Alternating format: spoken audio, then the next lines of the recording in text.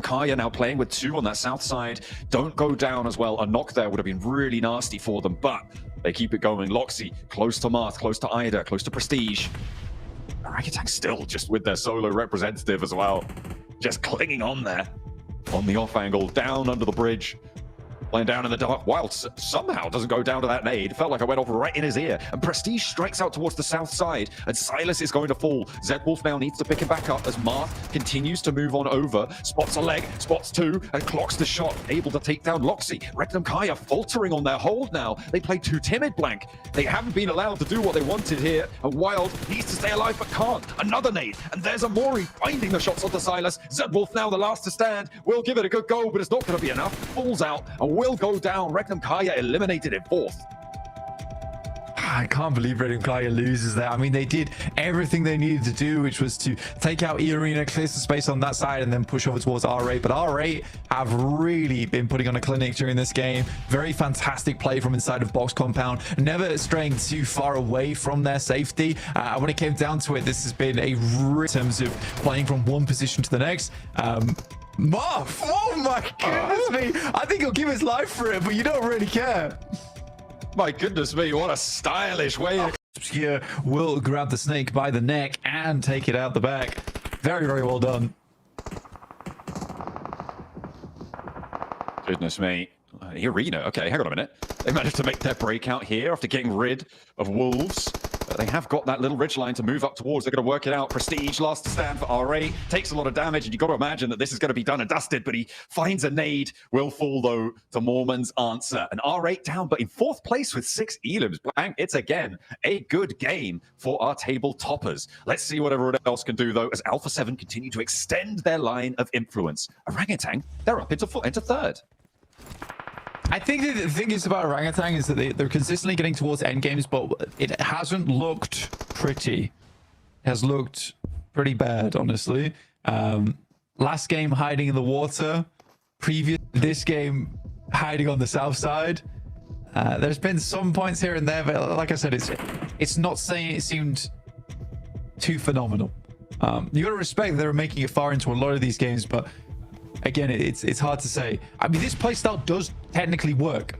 If they're able to pull this off at an international level, there's nowhere where I can say that, you know, hiding will only get you so far for so long. It's like they're already doing it at an international level, so you gotta give them praise for that. But it's definitely not going to get you a 1st place. No, not 1st, but maybe a 7th, right? That's maybe what they're looking for. I did have a little correction from 7WG, who I gave some info that he sent over towards them earlier. He said that OG are actually looking to adjust to be more focused towards elims as time goes on. And once they build that confidence, that's what they want to end up as, a high elim focused team. Well, maybe not a high elim focused team, just maybe more focused than they are now. So perhaps that's what we're going to see from them here, potentially. They're up to 3 elims on the match. They started on 16 points, Blank, at the start of the game. They're guaranteed to be on 19 from the elims they found already, and then you add on the placement points as well. But this is their big test, moving against the arena. They lied. They straight lied, dude. They have not adjusted tactics for elims at all. Yeah, it's been another slow game. Some okay nades, though. I'll give him that. This one, the side does find a little bit of damage there. Good shot from Kriov in the distance towards Wizgod. Again, you're exposing yourself towards the beachhead on that jump up. I think this is exactly why E-Arena is playing down this position. This should be a textbook Alpha 7 win, though. And one that couldn't have come sooner. I think for Brazilian fans, this is a very, very good way for Alpha 7 to save face after what had been a couple of pretty upsetting games. This is hopefully their game to take, but never say never, as E-Arena still have got a shot onto this one, and the nades aren't quite connecting towards the arena. Revel under danger, under threat here. The nades are still coming out for him. He's like a mortar turret there in the grass, but it's only a matter of time before he gets spotted. Orangutan, though, in the meantime, getting put through the mincer. Having a real tough time. Their backline's cut down to 2. The heal comes out, but Alpha 7, they're faltering a bit on their 3-man push here. Not quite as effective as maybe they would have liked. They do hold a lot of ground. That is their major asset right now, Blank, but it is all up cushion, and that is not the way to do it. One knock found, a second needed, necessary to take down Orangutan right here and now, but they're not going down without a fight. Yeah, I mean, this is bad news. They absolutely need to keep 3 players over, otherwise this happens with E Arena. They immediately reposition. The reason they were taking the fights on towards that high ground, though, is specifically so they could dominate over towards E Arena later on. But I think that initial knock has been a little bit worrisome. I still think Alpha 7 has a strong chance to finish this one out strong, though. Yeah, with just Sakura now remaining, Mormon getting that knock onto Carrillo made me worry that there was an answer. Carrillo kind of missing that spray, but it's not going to matter. The numbers still firmly in the favor of the Brazilians now. As Guizal moves out, Sakura takes some shots, but there's an answer. But yeah, the MG3. Still a pretty big boot if you're able to pick it up. We know Maxman loves it. His favorite weapon, I think. Pretty sure. Haven't checked in a while. I have to double check that one. But either way. Still a pretty big boot if you're able to pick it up. We know Maxman loves it. His favorite weapon, I think. Pretty sure. Haven't checked in a while. I have to double check that one. But either way, a huge amount of firepower and the level 3 refresh on the armor and the helmet, which is maybe even more important in that difficult position. It's just a question of getting there. With 5 teams remaining, DXavier likely going to be the next team to have to move with their solo player Levi's out and across the way, over the road. Everybody else just about in, or at least close to being in. You can see ThunderTalk have access to that hillside on their left, on the south side of the circle. And they'll be able to rotate there, hopefully fairly successfully. So 11 elim game, it's nothing to be scoffed at. Same with Mad Balls as well, slowly climbing up the rankings. Yeah, so knows that Levi's is here. I don't think... Oh god, Mad Balls knows it's here as well. Yeah, that's rough. That's very rough. The ground being peppered with holes in between him. Just trying to make the mad dash. I don't think he's getting out of here. There's a lot of ammo being expended onto him, though. So, yeah, big commitment on the ammo front, you're right. From Esso, might need a resupply from the rest of GS. And Levi's, I mean, he's still got a gun. He's still dangerous. He's still got damage to put out, I'm sure. And the fact that he's across, that is big for him for survival. Mad Balls can't push down towards this side because they're so entrenched against the team underneath them, against the wolves hiding out in the shelter.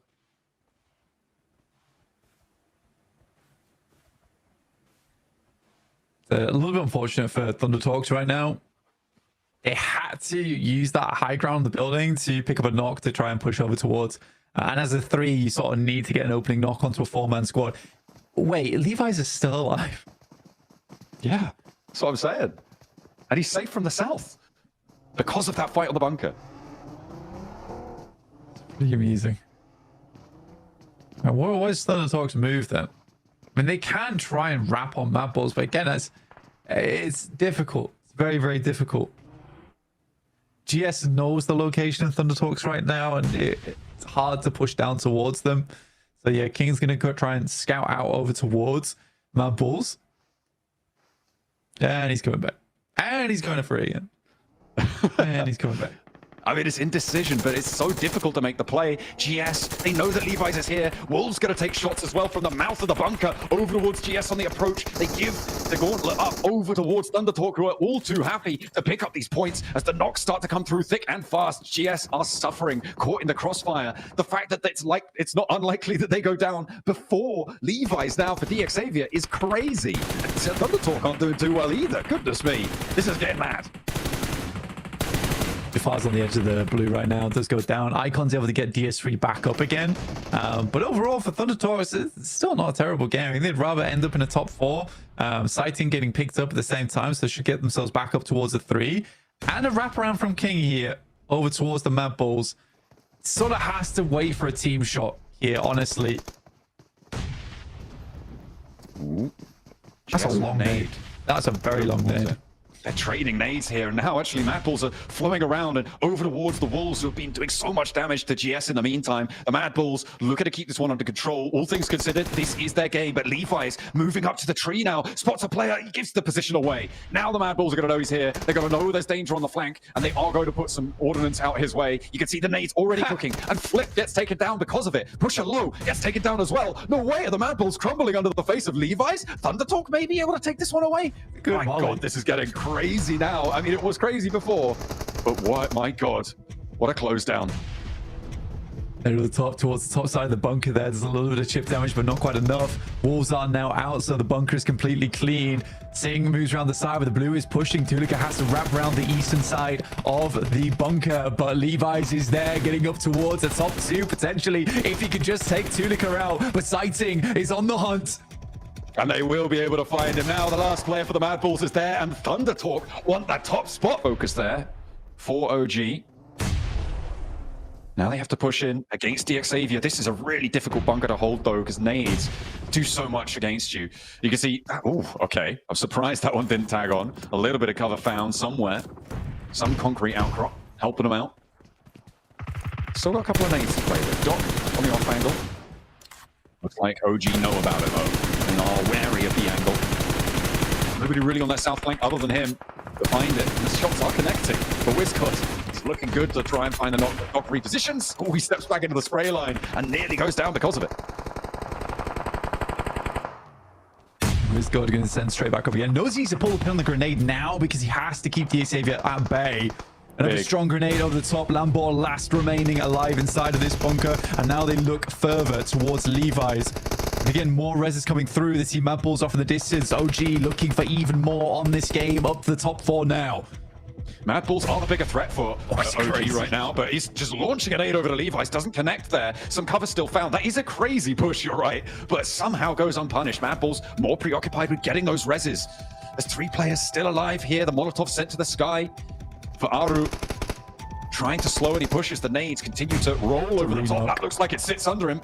No, it's not going to go off in time and won't be able to connect either. Somehow DXavier surviving these nades, everything being put their way. They're stepping out, they're moving. They're just keep them at bay, though. This is the big thing right now for OG, is that as long as they can keep DXavier stuck inside these tunnels, it makes their end game a lot easier. They just need to control R8 on the sidelines, but you just hope they don't put too much attention here. If they get that done, now they know they need to move in. This is a good setup of vehicles from DXavier. There's a player behind, hidden away, looking for the flush. Wizgod goes down now. AKOP needs to find Paragin, who's been holding a cheeky angle for so long, and Levi's will finish them off. Dear me, what an angle from Paragin underneath the vehicle. That is a sneaky maneuver. Oh, you just never expect it. That is so brutal for OG. Paragin makes it work. And now DXavier have time to... Nope, they're not going to get that third player up. Okay, they didn't go for that res. The play zone was pushing. It is this last stage. And Mad Bulls now with an option to maybe take a chicken dinner here on our first Miramar. Levi's the last stand, and it will be the Mad Bulls jump up nice and high. But it will be around that 40-point boundary today. To be 7th place. DXavier with the 1 elim. They've been quiet in the shack for a while now, but they're going to need to do more to hold off Kara on the western side. DXavier still sat strong with inside the shack. And again, you know, getting themselves a nice shot from Paragin. I mean, that is a very, very difficult angle to make work, but that's going to delay in a nasty way as well, John. Definitely. Difficult terrain to be moving through now. Kara, CEO, looking to heal before the move. They don't have a lot of time because the zone's going to start to close in 3 seconds. Poser's ankles have been spotted. He's dodging out the way of Nades' spray down. And they aren't quite connecting with it in any sense. When they go out wide, a lot of ammo already expended on the spray down towards the player behind the buggy, and they're up close. They haven't been knocked yet. There's still time. Levi's down first, but there's the trade from Nades. 1 for 1. The Wolves move in as well. Marceau moving into the high ground on the off angle. Just Paragin on the inside, but the burn is on. It's Coops to do the damage, though, as the Wolves claim the lion's share of the points here.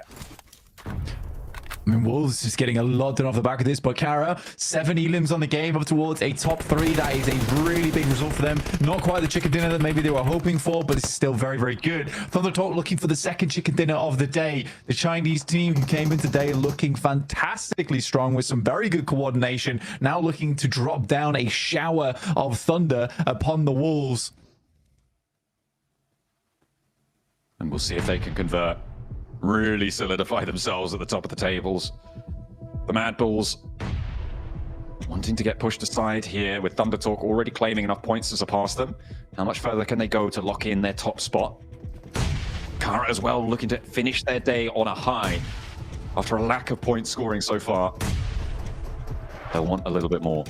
And the Wolves, they've been fairly middling today. An entrant from every angle of the tables to close us down. They know towards the walls now. Kara off in the distance, still attempting to lay down a curtain of smoke to keep them sails safe in between. You can see here so much utility being expended, but most teams now lacking on those smoke canisters.